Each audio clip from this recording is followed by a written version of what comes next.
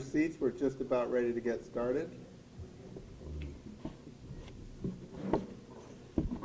Thank you all for taking the time out of your busy schedules to be here today. My name is Stephen Gama. I'm going to be your MC for today's ceremony. If you could please make sure your cell phones are in the silent mode at this time. I already did mine, so I double-checked too. Thank you. Myself and all the other volunteers from the Port Hueneme Historical Society Museum welcomes you here to the People Making a Difference ceremony honoring Bob and Judy Quinn.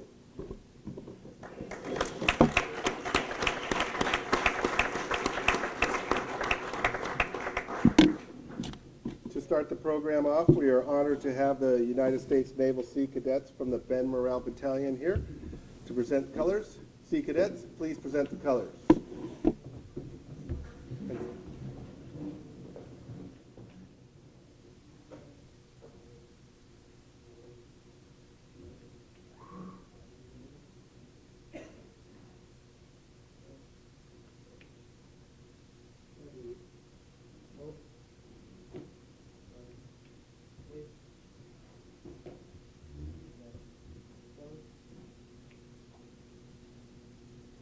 Colonel Pye will now lead us in the Pledge of Allegiance. Pledge allegiance to the flag of the United States of America. Please retire the colors.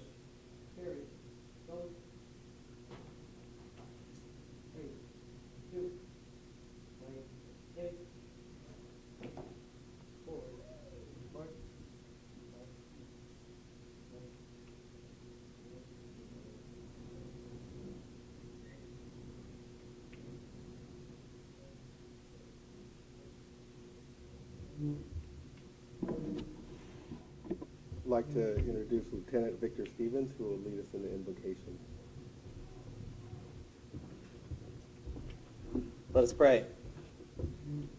Lord God, how majestic is your name in this earth. And with the psalmist, we declare your loving kindness in the morning. Okay, you may be seated. Thank you. So today is a big day for celebration, and I would be remiss if I did not tell you it's Larry Downey's birthday. So, could we sing happy birthday to Larry real quickly? Okay. 1, 2, 3. Happy birthday to you. So the program will continue. Thank you. Thank you, Larry. You know, it just shows you how dedicated Larry is to plan this on his birthday. Pretty nice of him. Appreciate that. I'd like to introduce the current mayor of Port Hueneme, Sylvia Munoz-Knox.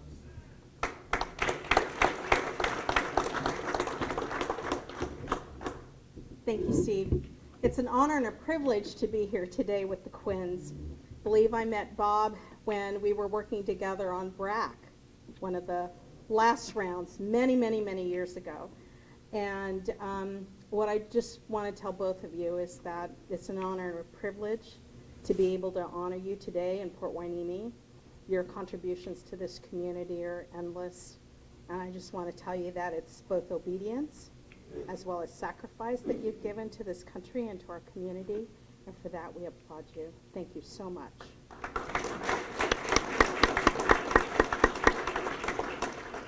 Without further ado, I'll hand it back to Steve.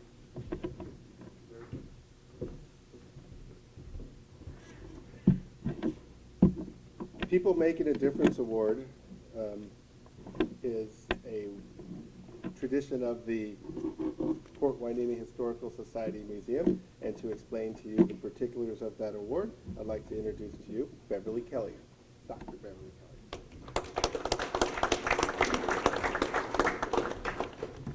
So what is the People Making a Difference Award all about? Okay.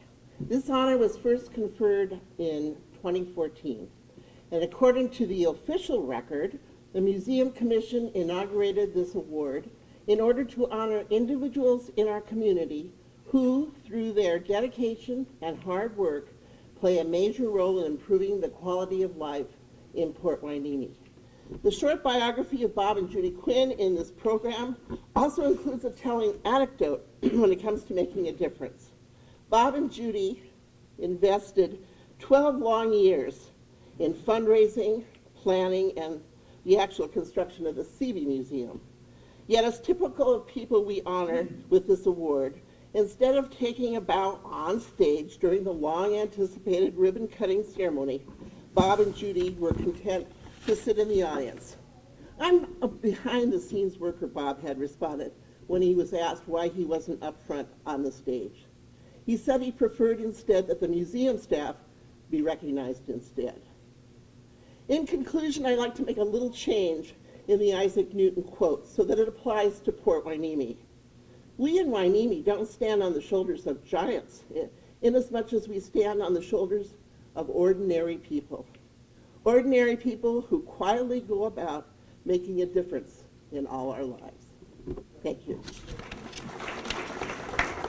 Are we ready?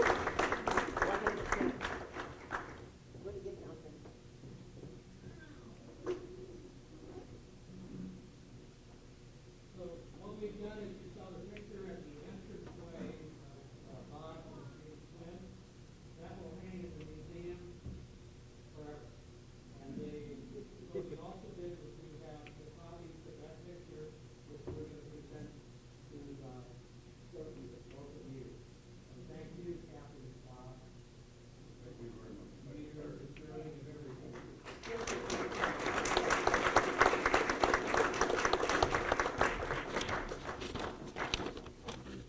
Thank you, Beverly. That was very nice. Our first distinguished speaker, Congresswoman Julia Brownlee, could not be here today. I hear there's a little bit of activity going on in Washington.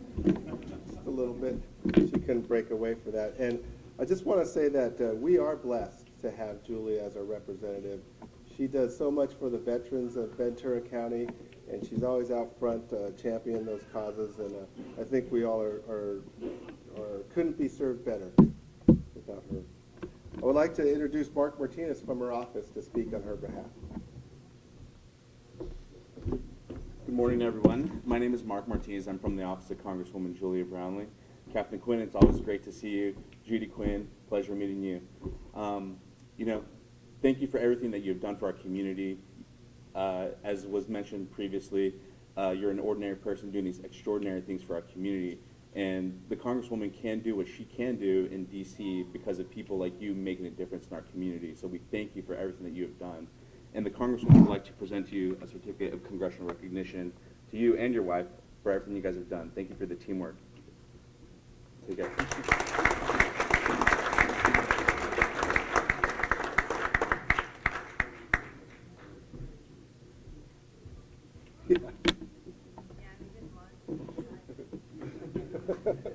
We're concerned about you. You're in good shape, clearly. Our next distinguished speaker is Ryan Fleming from State Assemblywoman Jackie Irwin's office.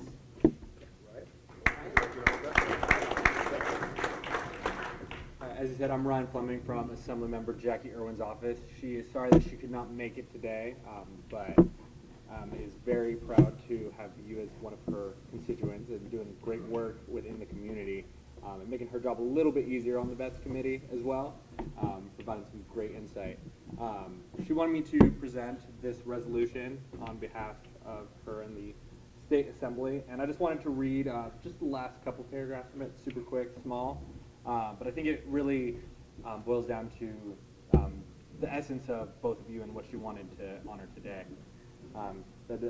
Judy and Bob Quinn have served as outstanding role models for those who value patriotism, public service, community engagement, and service to others, and they have earned the admiration and respect of all those fortunate enough to be associated with them. She would like to congratulate Bob and Judy Quinn upon the recipient of the People Making a Difference Award, commends them for their remarkable contributions in leadership, community engagement, and inspiring service to the nation, and extends to them her best wishes for the success of their future worthy endeavors. Thank you so much for all you've done.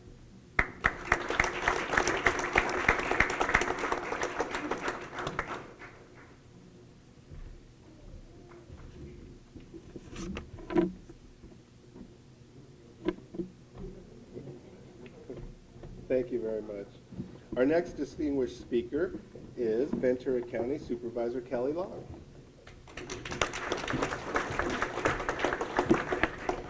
Hello, everyone. I'm very honored to be with the two of you and all of you today. I wanted to also put a shout out to my new Chief of Staff, Brian Miller, who is here and is a longtime friend of the two of you. And as we were driving here today, we were talking about all the different stories and just wonderful thoughts. And I just want to be thankful for all your community work. Today, I wanted to congratulate you on the co-recipients of the City of Port Hueneme and Port Hueneme Historical Museum, making a difference, which you two are through and through. And just thank you for those that couldn't be here for the Port of Hueneme, the community. Many don't know how much you have done for them, but I just say thank you. It is appropriate that you're being recognized as co-recipients of this award because of your partnership, your very beginning, going back to high school. How many of us here can say that we fell in love as juniors in high school? I have a sophomore in high school, and I can't believe. I'm like, oh no, boys, stay away. But look at the love that you two have had and how wonderful it has just been stronger and stronger. And now I know Bob has had 30 years with the U.S. Navy and has included several assignments in Port Hueneme, but which is why I assume you're both here today. But as I can hear the laughter, the 3 children that you raised, the 11 grandchildren that you have, and the 6 great-grandchildren speaks volumes as what you feel is family. And here in Port Hueneme, we consider you family. And I must mention that Bob also spent time as the Ventura County employee working for the Public Works Agency as a civil engineer. I understand why we bond already, 2 engineers. I mean, you know, we can geek out together. But it is truly a sense of, you guys are truly a sense of what this award means. You're always giving back to the community through community service. Bob, you worked on, I mean, just multiple things. We've got the Navy League, Friends of the Bard, RDP 21, and that's a continual monthly meeting, at least, if not more. We have the Port of Hueneme Chamber of Commerce, Military's Office Association, and of course his work with the CB Historical Foundation, which includes 12 years of planning, fundraising, and constructing of a new CB's museum. And if you've ever done anything, you know that it takes a lot of grit and gust and passion to get those things together. And then meanwhile, Judy is supporting the kids, the family. She's also a member of the Friends of the Bard, Hueneme Beautiful, the Navy League, Officers' Wives, Retired Officers' Wives, the Oxnard Women's Club, and also the CB Museum volunteers. And so to me, you two are the driving force of why we are just have such great things here in the CB Museum.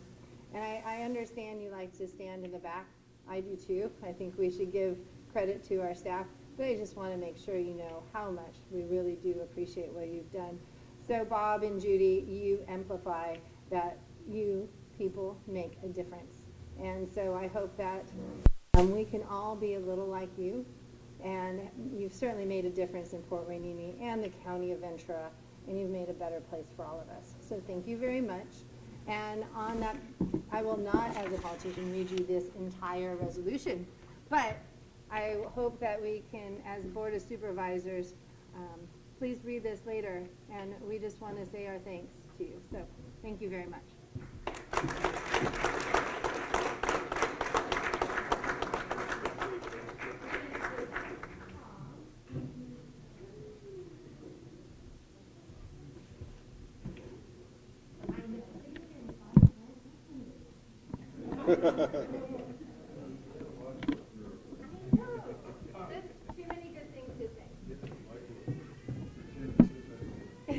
Thank you, Kelly. John Flynn was supposed to be here today, and unfortunately, he's not feeling very well, and he's been ordered to stay home and rest. I spoke with Tim Flynn this morning, and I said, Tim, you better lighten up on your dad and force him to walk that precinct with you.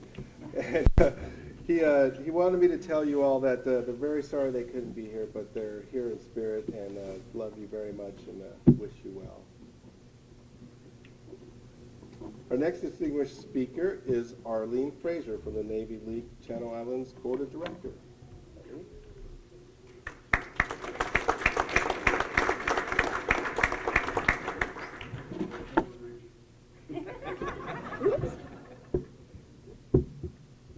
Can you hear me?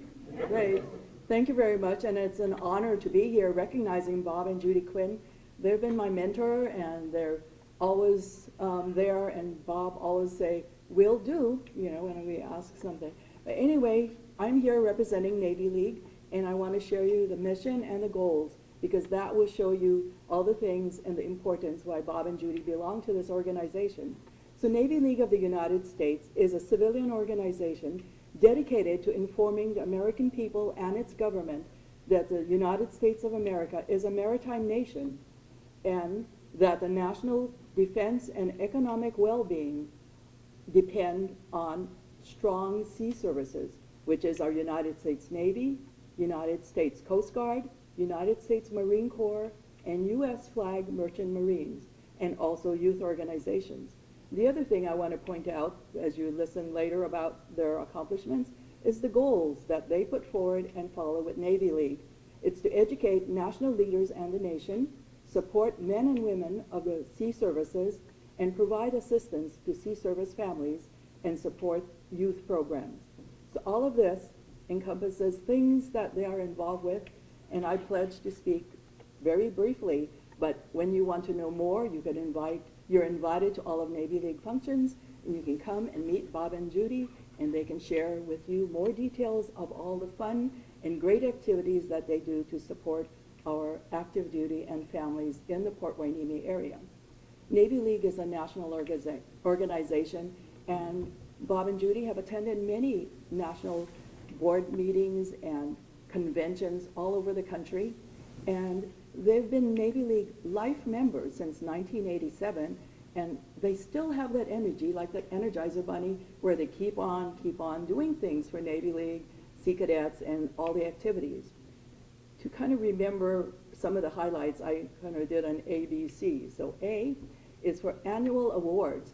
Bob and Judy work together, but Bob takes the lead in coordinating and having a committee to present annual awards to our Sailors of the Year, and it's for all of the sea services, and they used to do it all together in the early years as a group and do it in an evening, and that was quite a challenge, but Bob and all his teammates and all the members and community and leaders presented and recognized our active duty, which they so deserve that recognition for the service they do for our country.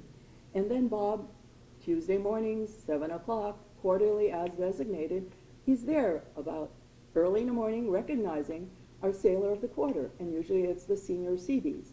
And he's there presenting and recognizing them to show that the community supports them. So he's there as our ambassador, representing all of us to show our active duty, that we're a community that love and support our sea services and all their families. Now going on to the letter B, to remember, okay, baby showers. The Navy Marine Corps Relief Society is recognized twice a year now, in the spring and the fall, and Bob and Judy provide baby clothes and other things along with all the other members and guests. And they provide it for the young families here at Port Hueneme and Point Mugu, and it helps to support the families. So it's giving back, and that's part of Bob and Judy's extended family. I know you heard about their family that's here and others, but they extend their life to the families for our active duty families here. And they're really a role model because it has inspired me and many others to continue to support Navy League. And so Navy League membership is open to everyone except active duty. So if you're not a member, you may join and get to hear more stories and experience the wonderful things that you can do to give back to the sea services, families, etc. It's really rewarding, and I see many Navy League members here, so thank you for coming today. Now, the letter C. And I'm not going through the whole alphabet. After C, I will stop. So, anyway, C, think about it. If you were here many years ago, commissioning of ships. It was right in Port Hueneme. And we had the USS Steedham and USS Pinckney. And Bob and Judy, because behind the scenes, even though she's not listed as a member, I know she's helping Bob. So two of them on these committees, and it took about a year or more sometimes to raise money, to get the community and get the support of all the military, the Navy, and the community especially, and businesses together to support a commissioning of a ship, which is a huge and expensive endeavor. But together, this community of Port Hueneme was very generous and made it happen. So we were honored to work together and do a commissioning in Port Hueneme.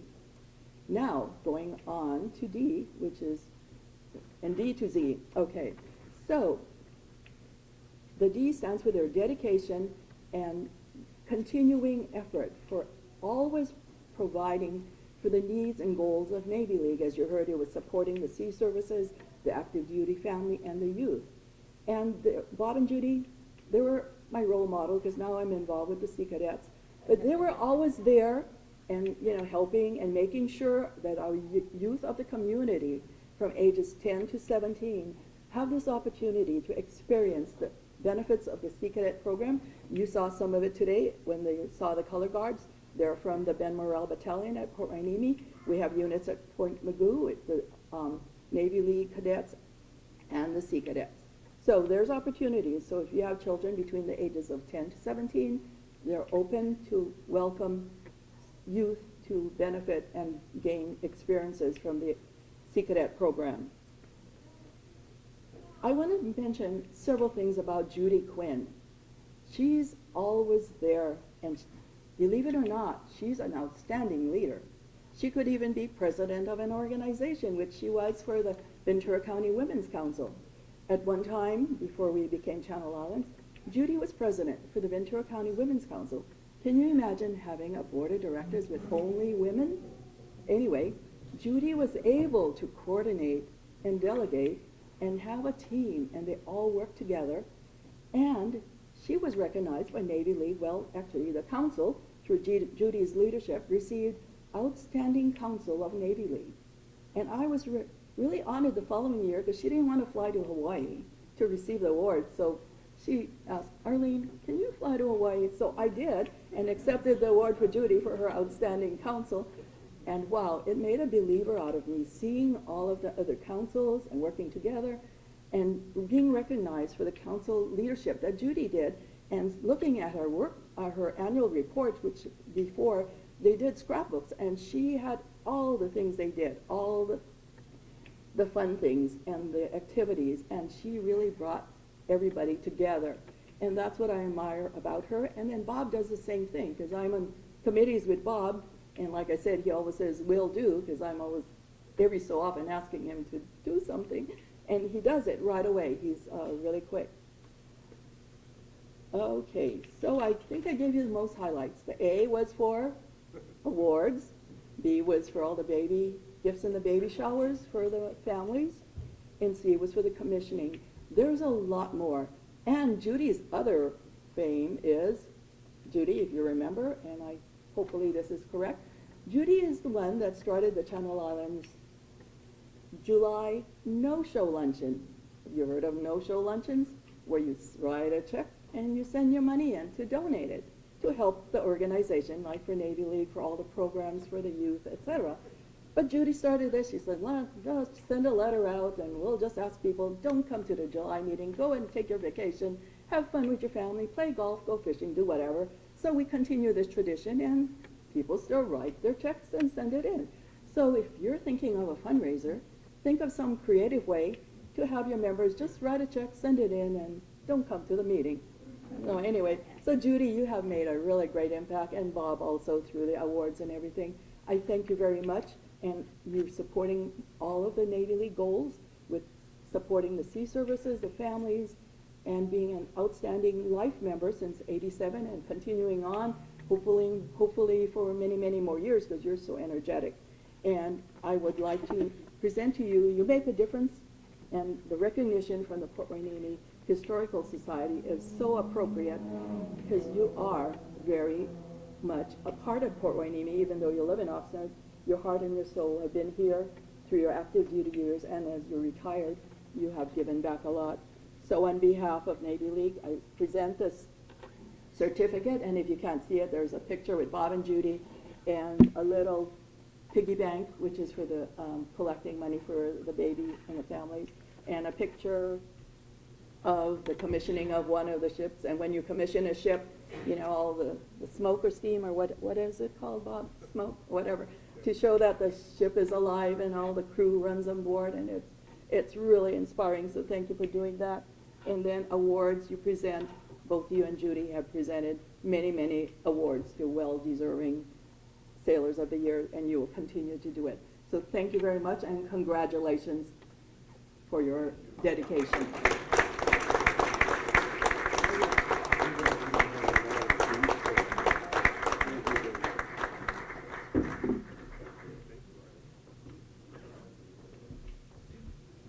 Thank you. Okay, our next distinguished speaker is Captain Mike Swamp, the Naval Facility Engineering Warfare Center. All right. Thank you very much. That's a hard act to follow. You memorized all of that. I got to learn that whole that memorization technique you've got there, because I had to write it all down. So, all right. So, well, first of all, we're not quite at afternoon yet. So, good morning, everybody. Thank you for being here today. Distinguished Guest Mayor Schnapp, again, thanks for hosting us. Supervisor Long, you know, Mass Chief, always good to see you. Gotta call out the Mass Chief for sure.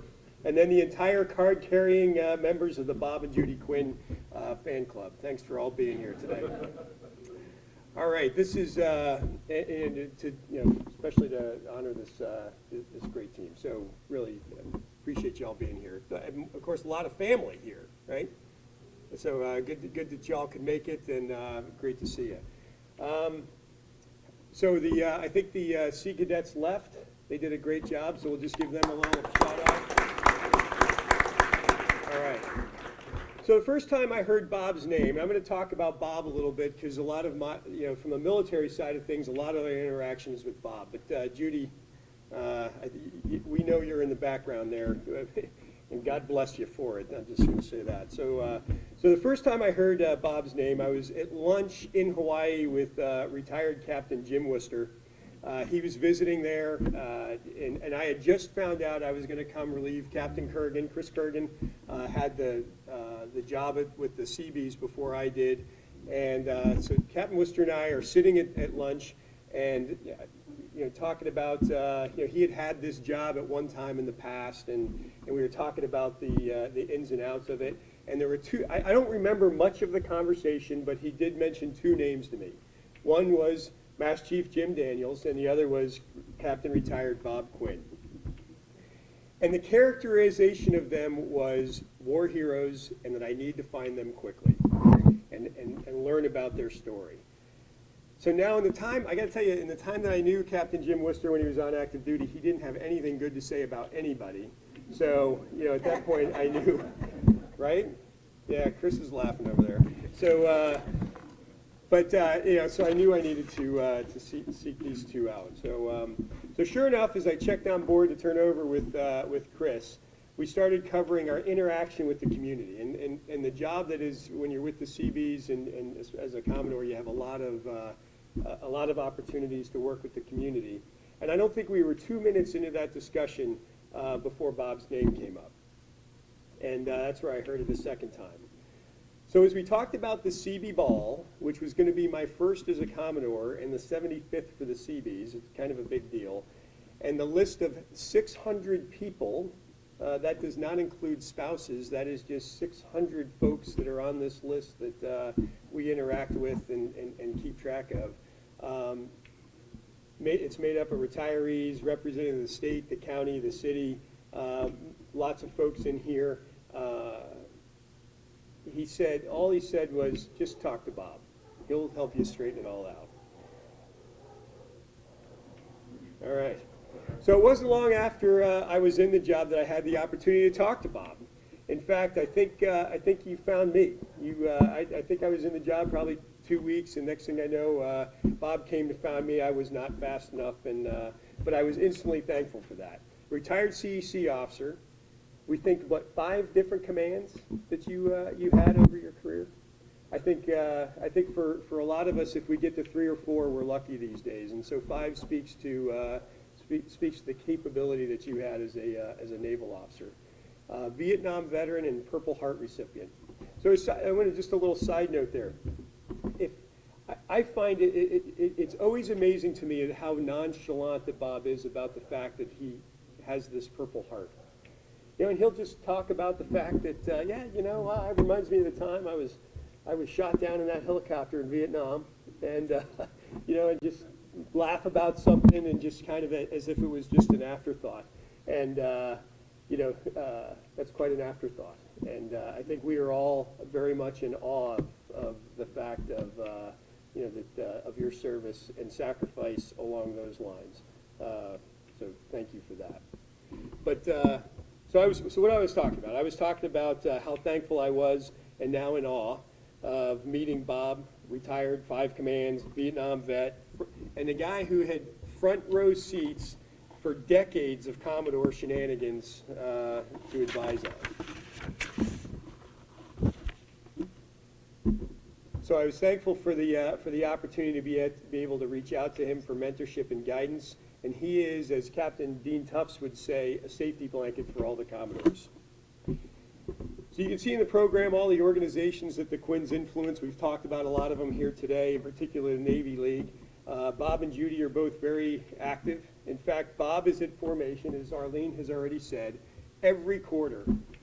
He is out there to give a gift card to the recipient and the sailor of the quarter. And it's a gift card because these days we can't give monetary awards to our sailors, so we give gift cards. The lawyers in the House would be happy that I made that differentiation, but he didn't just come to the formation. I think, in fact, he drove the event.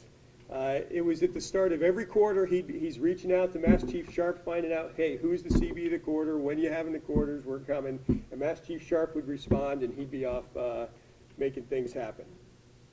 So each of these different organizations that the Quinns are part of touch so many corners of the community, both CBs inside the fence line and in the larger community outside the fence line. RDP 21, Friends of the Bard, the CB Museum, the Navy League, all of these efforts to make lives better on both sides of the fence. And equally, if not more important, these efforts connect folks across the fence lines, making connections. I go back to that list of 600 folks and Captain Kurgan's advice to talk to Bob. I did. He knew about just about everybody on that list and had intimate details of each one and who was supportive of the CBs and who maybe wasn't as supportive of the CBs, and it was very, very helpful for us in planning that event for the 75th. So Judy, much of my comments today were geared towards Bob.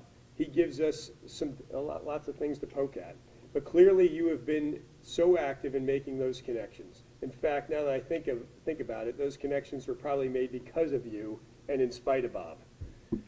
You're clearly the epitome of patience, love, and have a very good ear for listening. So we very much appreciate everything that you've done on behalf of Bob, in support of him, and on behalf of the community. And for what it's worth, he put you on the top of that list of 600 folks. So in closing, I have a quote from Rear Admiral John Korka, who will take over for Rear Admiral Brett Weilenberg as the Chief of the Civil Engineer Corps here in a couple weeks on the 19th of October. It says, Bob is a great American, a patriot and loyal public servant who truly is energized by helping others. As such, this award is very fitting. I'm sure I can speak for many past CEC officers stationed in Port Hueneme when I say that without Bob's unselfish advice, mentorship, and experience, we would never have been able to have successful tours. All of us, especially our CBs and their families, are the beneficiaries of Judy and Bob's personal outreach and ceaseless generosity. We are all extremely thankful to have such a compassionate couple in the Port Hueneme Grid Square who serve our military community with absolute grace and humility. Best wishes. When you think of it, I should have just read that and been done. So truly, there's not much more that I can say that will improve on that. And since he's going to be my boss in the not-so-distant future, I'm not even going to try.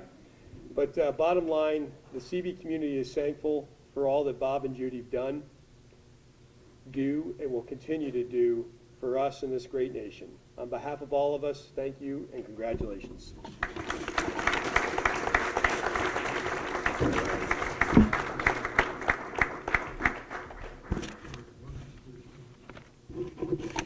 Thank you very much. Okay, our next distinguished speaker is Captain Otis Hinkle.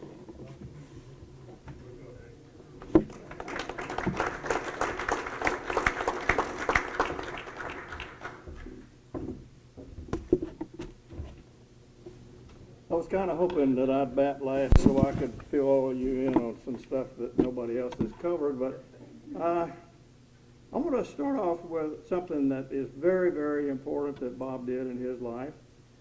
Not only him, but one other member sitting out here. Just, if you'll close, when I was invited, I thought we were going to be in the big room with the tall stage. And the last time I was in this facility with Bob was, well, I'll tell you what, close your eyes, because you can envision this a whole lot better if your eyes are closed. Here we are up on the stage, about 8 or 10 of us. We're all dressed. We had professional makeup people come up from Hollywood with some costumes. His family's covering their eyes. And we were all dressed in our tutus and hairy legs and all. We were doing the ballet to the Black Swan, I guess is what the name of it was. But you've never seen a more graceful bunch in your whole life that was up there that day. We also did another dance with like a one-piece bathing suit thing on, but it was covered with sequins. And when we were doing the kicks to New York, we were tearing up the thighs, our inner thighs, with sequins. But anyway, that he got me involved in that, by the way, and I appreciate that, Bob. What a memory. I have 5 beautiful sisters, and they all said, from looking at my pictures, that I was the most beautiful one of the bunch. So I appreciated that. Bob and I were both in the Navy for 30 years or so.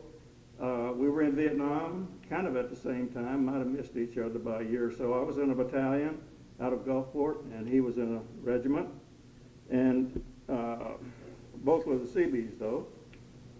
And I want to talk a little bit about the word hero.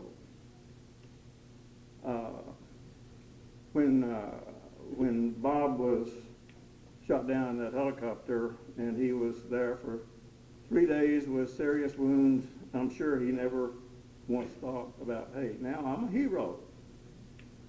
I think we use that word a lot too loosely these days, but the real hero, in my opinion, and not only of Judy, but the other wives that stay behind, is that Judy and the helicopter pilot that defied orders to land in this area and let one of Bob's fellow folks throw him on literally, throw him on the helicopter and get out of there. But I was probably in the hospital being repaired on the job when Judy found out about it. And so the pilot that came in and got those guys and the wives that stay behind when their military go to a combat deployment, they're the real heroes. They're the ones, we go over there to do the job we signed up to do. They stay behind, and I'm sure the first thought Judy had was, hey, I got to get to Japan. It was 8,000 miles away, but then she looked around and she saw some of your parents back there. she saw, well, hey, I got school lunches to fix. I got breakfast to cook and dinner to cook for the whole bunch. I got to shop. I got to decide whether I'm going to give them an aspirin or take them to the doctor tonight. So she had the tough job, like wives do when their husbands deploy. And I won't say any more about that. It was something that Bob doesn't talk about, as was previously mentioned. But I didn't know Bob at that time, but he took over some really tough jobs that I was also involved in.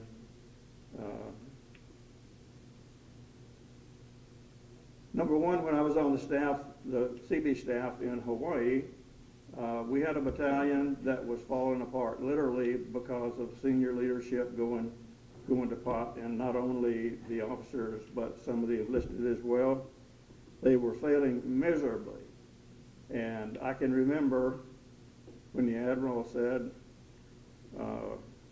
we're going to get Bob Quinn and put him in. He has some famous words he uses, but take care of those hooligans. That's one of the nicer ones, Bob. And so they came to this battalion, and he did a tough job.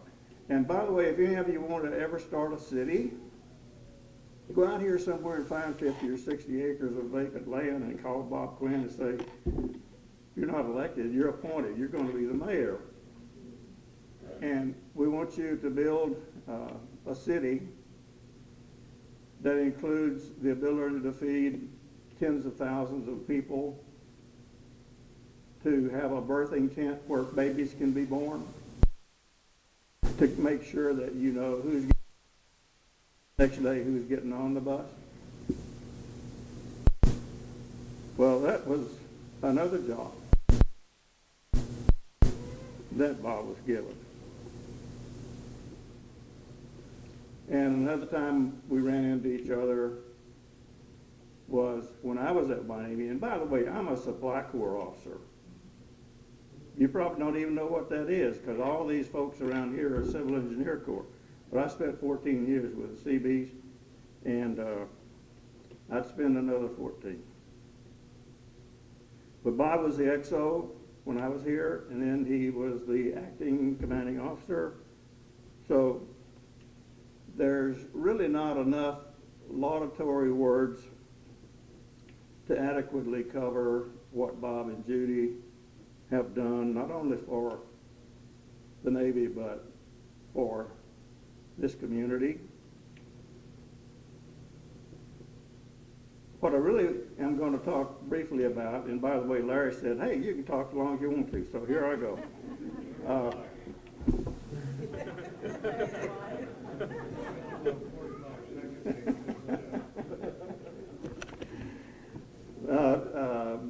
I really want to talk about the military officers organization here that started out in 1963 down in the LA area. And if you think about it, it was 20 plus years after World War I started, and the officers that were in that war were reaching retirement age, and they were meeting informally in clubs in various places. And then somebody had the idea, well, why don't we organize a retired officers association? So they did, and there were officers from here, by the way, that helped organize that first group down in LA in '63.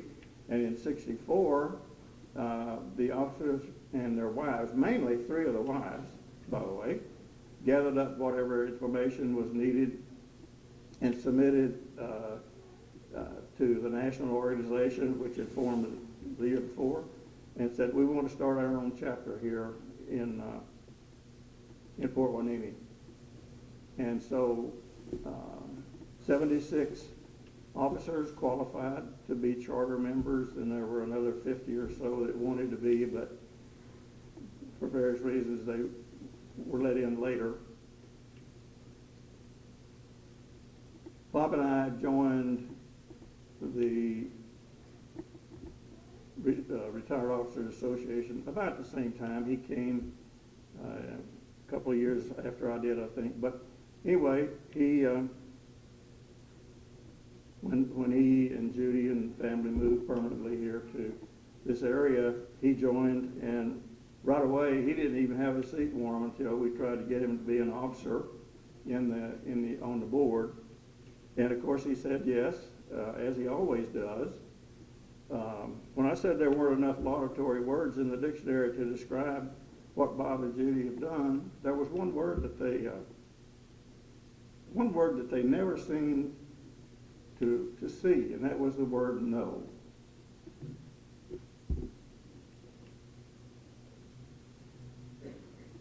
You ask them to do a job, and you can expect them to say yes.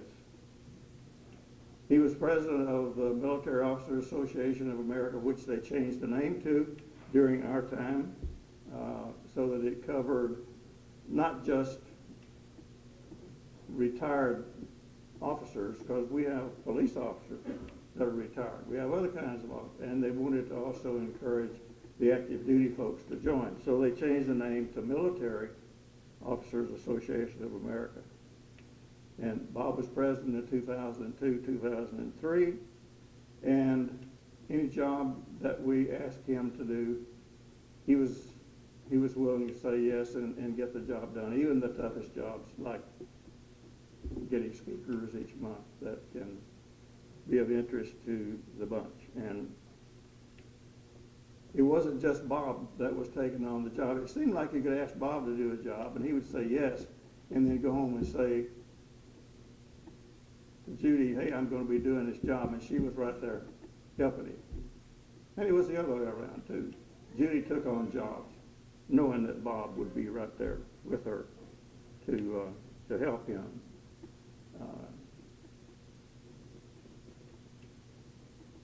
So, Bob and Judy, for what you have done for the Navy, for me personally, and for the community in general, thank you very much.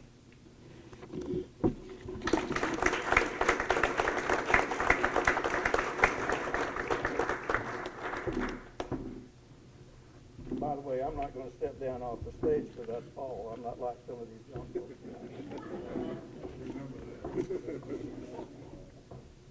Thank you. Thank you very much. Next, we have Dr. Laura Goodfield from the museum, the CB Museum. Thank you.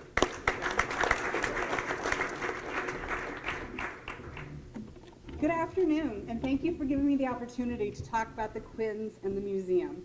At the beginning of this program, Beverly quoted something from the program that talked about how the Quinns see themselves as doing behind-the-scenes work. While this is technically correct, that they work behind the scenes, I respectfully find their self-description overly humble and deceiving at best. With only a few exceptions, by which I mean probably none, Bob Quinn and his bride Judy have had the greatest positive influence and impact on the CB Museum over the past 20 years. Over the next couple of minutes, allow me to share with you some of the examples of the Quinns' so-called behind-the-scenes efforts. Bob first started volunteering at the museum in 1986. With his fabulous booming voice, which my mother calls the voice of God, by the way, and his passion for the Navy, specifically the Civil Engineer Corps, he quickly became one of our primary docents at the museum that we relied on for doing tours. One of his favorite assignments was, and still is, talking to the students in the basic class of the Civil Engineer Corps Officer School. He loved sharing his stories of his time in the Navy, especially when he was in Europe and Japan. And the newly commissioned officers loved to listen to him, and they always kind of look at him with this dreamy look that hopefully their career will be as awesome as his was. I first met the Quinns in 2000 when I started working for the CB Museum. Bob very quickly became a close confidant and ally. I was not only young, but I had no military experience whatsoever. I barely knew the difference between an officer and enlisted personnel. I could not read rank to save my life, and I certainly had none of the polish of the naval officers that I had to deal with. So especially after becoming director of the museum 3 years later, Bob became my principal mentor. No matter how crazy of an idea I came up with or how completely off the wall I became, Bob listened to my ideas and guided me on how to translate my historian thoughts into Navy speak and action. Bob taught me 2 important lessons during these early years. Lesson 1, sometimes the validity of a statement springs not from its inherent truth, but from who says it. In the kindest way possible, Bob showed me that the voice of a highly respected retired 06 like himself carries much more clout than that of a civilian, and that there's absolutely no shame in that. Bob taught me not to take any pride and ownership of my ideas, but to do what's necessary to get the job done. Needless to say, Bob was willing to let me use him as my secret silver bullet to talk to the right people and get things done at the museum that I never could have been able to do myself. Lesson 2, admirals put on their pants one leg at a time, just like everyone else. As I learned more about Navy rank structure, I became far more intimidated by some of the people that I was having to talk to. Bob told me never to be scared of somebody just because of their rank and to talk to everybody just like they're a normal, regular person, regardless of how many stars they have on their collar. Both lessons not only helped me professionally, but they have benefited the museum tremendously over the years. And then there was the fundraising and the design and the construction of the new museum. It did take 12 years. It was a long, long process. To understand the importance of Bob's role in this project, the complexity of the relationship between all the stakeholders has to be described, so bear with me for a sec. The CB Historical Foundation is the nonprofit organization that raised the money for the new museum. Bob was one of the main movers and shakers that raised that $12 million for the new building. He was also kind of the main primary local guy who did that, so he had a huge piece in raising that money. The foundation then donated that money to the Navy, and NAFAC then executed the contract for that. So even though the museum, and myself as the representative of the museum, was the ultimate customer of the facility, politically and financially, the foundation was the client. This type of private-public partnership in the Navy is incredibly rare, and the nebulous definition of who had ultimate authority to make decisions could have been a complete nightmare if Bob Quinn had not been the person sitting at the table. Throughout the entire design and construction phase of this project, Bob served as the Historical Foundation's local rep. Very early on in the process, Bob and I made a deal to work on this museum together. We agreed to never make a decision without the other's consent. If we did disagree, we promised to do it behind closed doors to ensure that we always showed a united front. With Bob being Bob, however, we never needed to agree to disagree on anything, because during the process, he always did what was best for the museum. Bob's commitment to the new museum project was not just ideological. He spent a tremendous amount of time on this. He attended every museum meeting, regardless of where it was held. Especially during the design phase, many of these meetings took place in San Diego. And one of my favorite memories from this time period was going down there back and forth on the train with Bob. Trains are one of Bob's childhood passions, and during those trips, I learned more about engine combustion and rail gauges than I ever thought possible. Sorry, I have no idea what his kids went through. I also learned, thanks to Bob, that a business class fare ticket on Amtrak includes a free glass of wine. And that is something I'll definitely use the rest of my life. Once construction of the facility began, Bob attended all the weekly production meetings with the contractors to ensure that everything was being done correctly and was being done on time, and everything was being done in the best interest of both the foundation and the museum. For almost 2 years, Bob basically served as a project manager for every aspect of the new museum. He was my right-hand man, or perhaps I was his. I'm still not completely sure, even with as much time that has passed. He literally spent thousands of hours working on this project with no payment except the reassurance the Navy was getting the best possible museum for the resources that were available. Though most of my comments so far have been very specific to Bob, to me, Bob isn't Bob without Judy. They are an inseparable pair, as so many people have already commented on.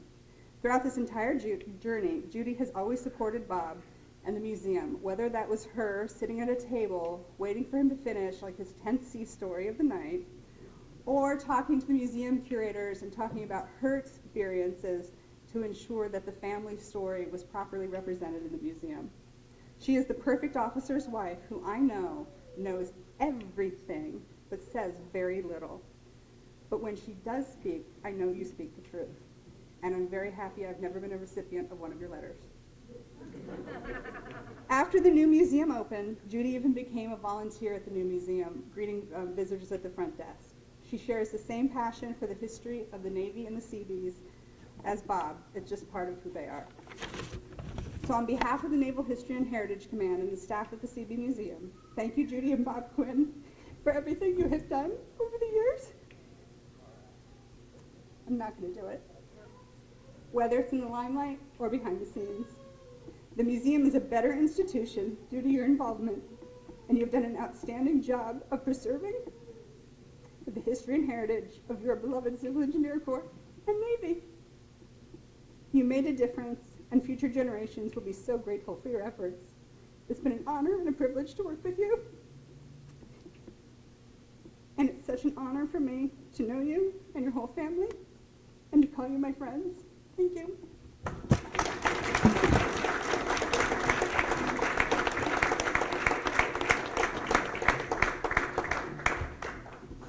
Thank you. Our next speaker is Master Chief Jim Daniels.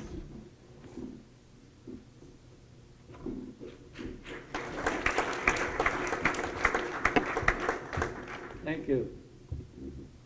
Well, when I came, I knew I was going to be invited to sit on the stage, but I didn't know I was going to have to give a speech. But when I talked to Larry, he said, well, talk about what you want. And since we're honoring Bob today, it'll be about Bob. Bob and I met when Bob was a lieutenant at Seacoast as an instructor, and he came over to my office and the major's office in military training to see about adding a program with the officers that were earmarked to go to the battalion, where they could be with a battalion that was going to go on a bivouac, and these officers could learn signs of each company commander and commanding officer and exec, and they know what they were going into and what was expected of them when they reported into a battalion. Well, Bob and I wound up in Vietnam at the same time. He was with the regiment and I was with MCBA.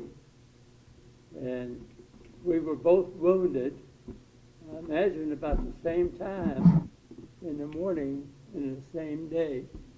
I know I was with a bomb picked me up and let me down a little heavy, and Bob was in the helicopter.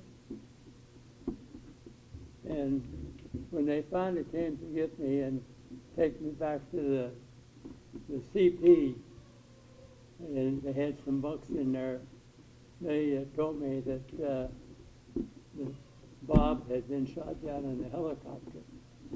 And that was about 4 days after I was in there.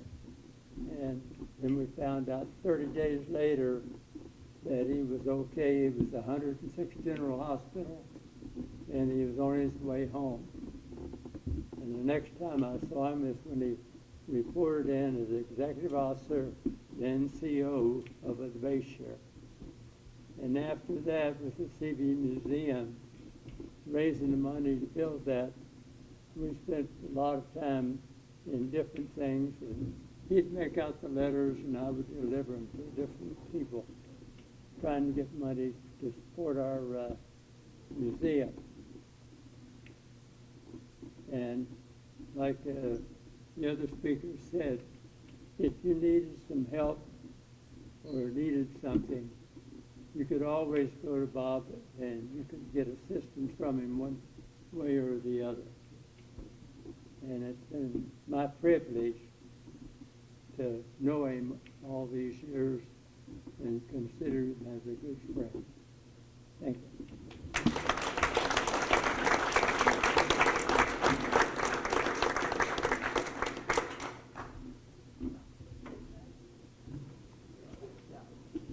Thank you, Master Chief. Our next speaker is Glatha Hemi.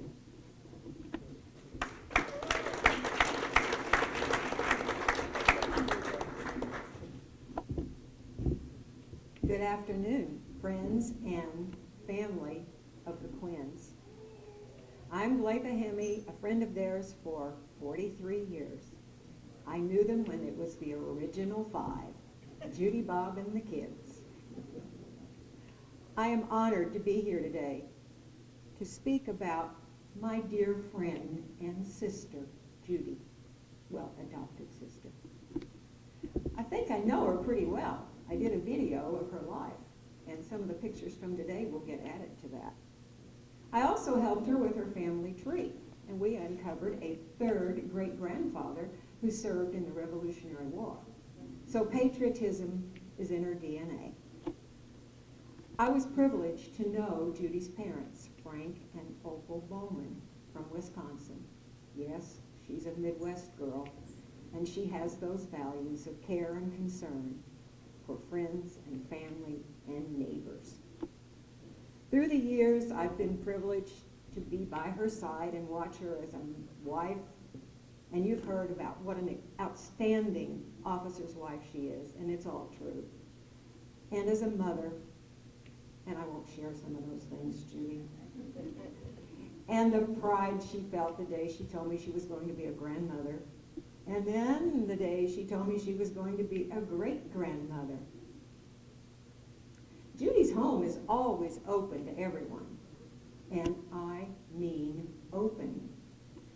During the time when she was having renovation on her home, she had no roof over the dining room, but that didn't stop her. She hosted a big Thanksgiving dinner, and we all had turkey al fresco. Port Hueneme has a very special place in Judy's heart. No matter where Bob's tours took them, Port Hueneme was pulling them back like a magnet. They were at Port Hueneme 4 times. They lived in 5 different homes on the base. And rumor has it that John and Diane were born in Port Hueneme. And Bob graduated from Hueneme High School. And at the end of their career together in the Navy, they chose to buy a home in Port Hueneme. You've all heard about Judy's activities. I won't go over them again. But she's involved in everything, and she gives it her all, no matter what she's doing. As a CB Battalion commanding officer's wife in the 70s, Judy ensured that home-ported families were aware of the help and support from the Port Hueneme community, as well as from the Navy side of the fence. When Bob became the executive officer of CBC Port Hueneme, Judy really began her extensive networking in many civic organizations that focused on supporting the CBs. As a spouse left behind numerous times, Judy knew what it was like to be left alone with a family, and so she let it be known how important it was that we all support the families. Now, Bob claims that he's backstage. He's behind the scenes. Well, yeah, but he's a producer and a director. We really know who's back there, and it's Judy, and what she's doing is just pulling the ropes on the stage curtain. In the 1980s, Judy's behind-the-scenes work even included being a props manager. Now, Captain Hinkle alluded to this, but Judy had to go out and find ladies' gloves and unmentionables, and in fact, most of you are adults, a very odd-sized bra, and some eyelashes. Now, this was for her husband, who was the stripper in the CBC, or the Port Hueneme Men's Follies. Now, folks, that is behind-the-scenes commitment. There's been no retirement for Judy. During the effort to get the CB Museum built, as Laura talked to you about, she's been there, helping with the fundraising, doing what she can, supporting the effort. And now she's a volunteer, and it is a must-see attraction for the whole community. You could say Judy's role in promoting the Navy in the local community is from cradle to cadet to codger. Nothing personal, Bob. From gathering those layettes for the CB's newborns to supporting the work that you saw today of the Sea Cadets, Judy's there, Quietly and unassumingly, she supports her passion of helping those who serve. Her work has touched so many lives on both sides of the fence. Yes, Judy is most deserving of this award, People Making a Difference. She may have been back there with the props, or doing makeup, or pulling the ropes on that stage curtain for so many. But today, we have the honor of pulling the curtain open on you, my dear friend, a star in your own right.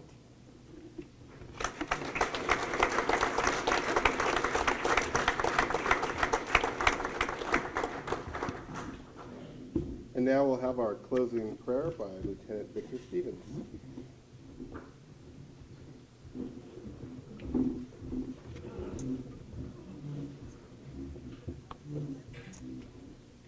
Let us pray. Lord God, before we go our separate ways here this day, we seek your blessing. We pray that you would look with pride and satisfaction upon this couple and their many achievements. In your name we pray. Amen. In closing, I'd like to state a quote from Dr. Seuss in the Lorax. It goes something like this: unless people like you care a whole awful lot, nothing's going to get better. It's not. Bob and Judy, clearly you care a lot, and things have gotten a lot better, a lot. Thank you very much. Thank you, everyone, for attending today. And yes, sir, absolutely.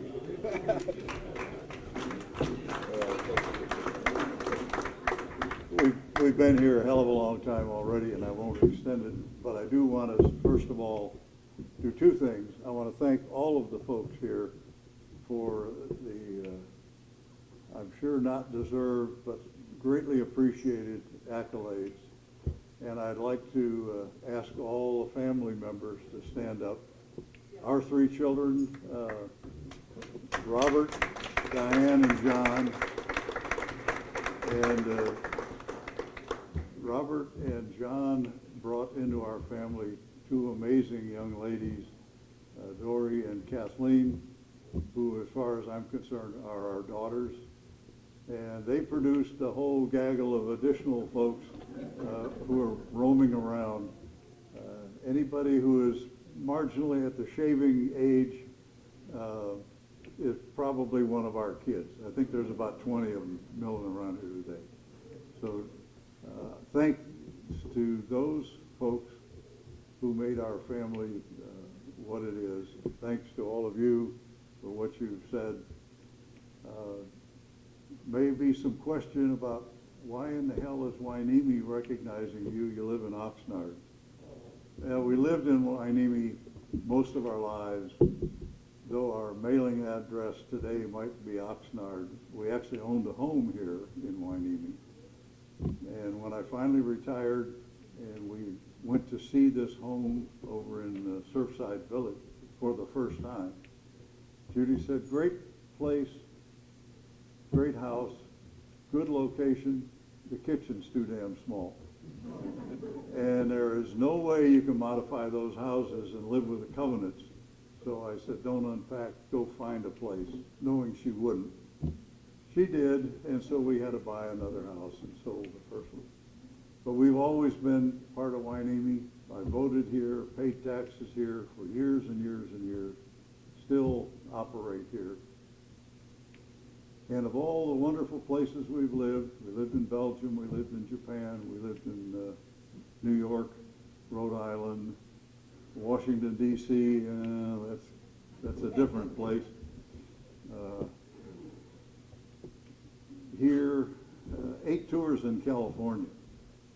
Of all the places we lived, nowhere did the people make us feel as welcome as the people in Port Hueneme. This is the greatest little town that we have had the privilege of wandering through, and we're now honored to be considered as part of this community. You've got a great place here. It's worth all the efforts you have to put into it, and we'll be here to help you. And today's diatribe, whatever it is, proves my daughter's contention that I'm flunking retirement. Thanks, you all.